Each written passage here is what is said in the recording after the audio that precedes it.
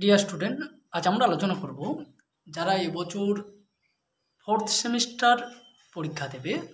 তোমাদের যাদের যাদের ইতিহাস রয়েছে, ইতিহাস সাবজেক্টটা রয়েছে যাদের যাদের অর্থাৎ CC4 বা G4 পেপারটা যাদের রয়েছে, হিস্ট্রি অফ ইন্ডিয়া, যেটা হচ্ছে 1707 থেকে 1950 পর্যন্ত, এই পেপারটা তোমাদের যাদের যাদের রয়েছে, যারা যারা হচ্ছে এবছর পরীক্ষা দেবে, এই পেপারের এবছরের জন্য সম্ভাব্য কী কী প্রশ্ন আসতে পারে, কোন কোন প্রশ্নগুলো তোমাদের জন্য ইম্পর্ট্যান্ট রয়েছে, সেই বিষয়টা নিয়ে আজকের একটু আলোচনা করব।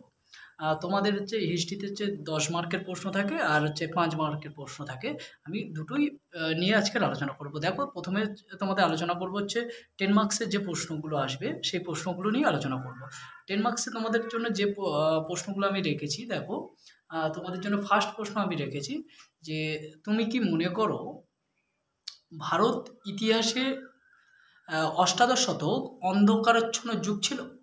প্রথম প্রশ্ন হচ্ছে, তুমি কি মনে করো ভারত ইতিহাসে অষ্টাদশ শতক অন্ধকারাচ্ছন্ন যুগ ছিল?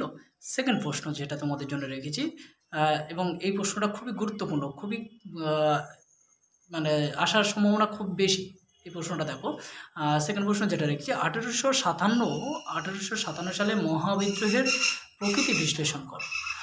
এই প্রশ্নটা যদি তোমাদের ঘুরিয়ে দেয় তাহলে দিতে পারে 1857 সালের মহাবিদ্রোহের গুরুত্বপূর্ণ কারণগুলি আলোচনা করো। 1857 সালে মহাবিদ্রোহের গুরুত্বপূর্ণ কারণগুলি আলোচনা করো। 3 নম্বর যে প্রশ্নটা তোমাদের জন্য রেখেছি, দেখো, ভারতের সংবিধান সভার কার্যাবলী সংক্ষেপে আলোচনা করো। পরের প্রশ্ন, ভারতের সংবিধানের বৈশিষ্ট্যগুলি আলোচনা করো। এই প্রশ্নটা 5-এও দিতে পারে, 10-এও দিতে পারে। পরের প্রশ্ন দেখো, ভারতের স্বাধীনতা আন্দোলনে মহাত্মা গান্ধীর উত্থান আলোচনা করো। ভারতের স্বাধীনতা আন্দোলনে মহাত্মা গান্ধীর উত্থান আলোচনা করো। পরের প্রশ্ন, ভারতবর্ষের জাতীয়তাবাদের ইতিহাসে অসহযোগ আন্দোলনের গুরুত্ব আলোচনা করো। ভারতের জাতীয়তাবাদের ইতিহাসে অসহযোগ আন্দোলনের গুরুত্ব আলোচনা করো। পরের প্রশ্ন, লর্ড কর্নওয়ালিস লর্ড কর্নওয়ালিসের ভূমি রাজস্ব নীতি আলোচনা করো। লর্ড কর্নওয়ালিসের ভূমি রাজস্ব নীতি আলোচনা করো।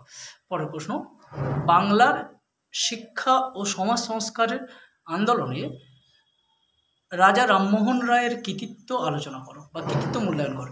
এই প্রশ্নটার সঙ্গে তোমরা একটু করে রাখবে, এখানে হচ্ছে এই প্রশ্নটা খুবই ইম্পর্টেন্ট, কিন্তু এই প্রশ্নটা যদি ঘুরিয়ে দেয় তাহলে এই প্রশ্নটার পরিবর্তে তোমাদের দিতে পারে ঈশ্বরচন্দ্র বিদ্যাসাগরের হচ্ছে সমাজ সংস্কার বা শিক্ষা সংস্কার কৃতিত্বগুলো আর কি, এটা দিতে পারে। পরের প্রশ্ন দেখো, তোমাদের জন্য যেটা রয়েছে, 1885 সালে জাতীয় কংগ্রেসের উদ্ভবের রাজনৈতিক ও সামাজিক প্রেক্ষাপট আলোচনা করো, বা এটার জাতীয় কংগ্রেসের কার্যাবলী বলতে পারে, কার্যাবলী আলোচনা করো।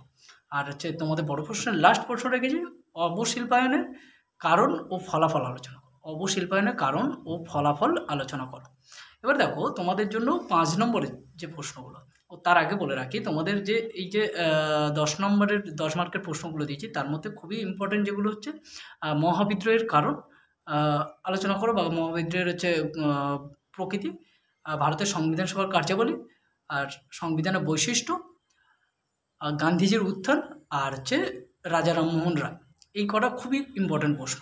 এছাড়া হচ্ছে তোমরা জাতীয় কংগ্রেসটা করে রাখতে পারো।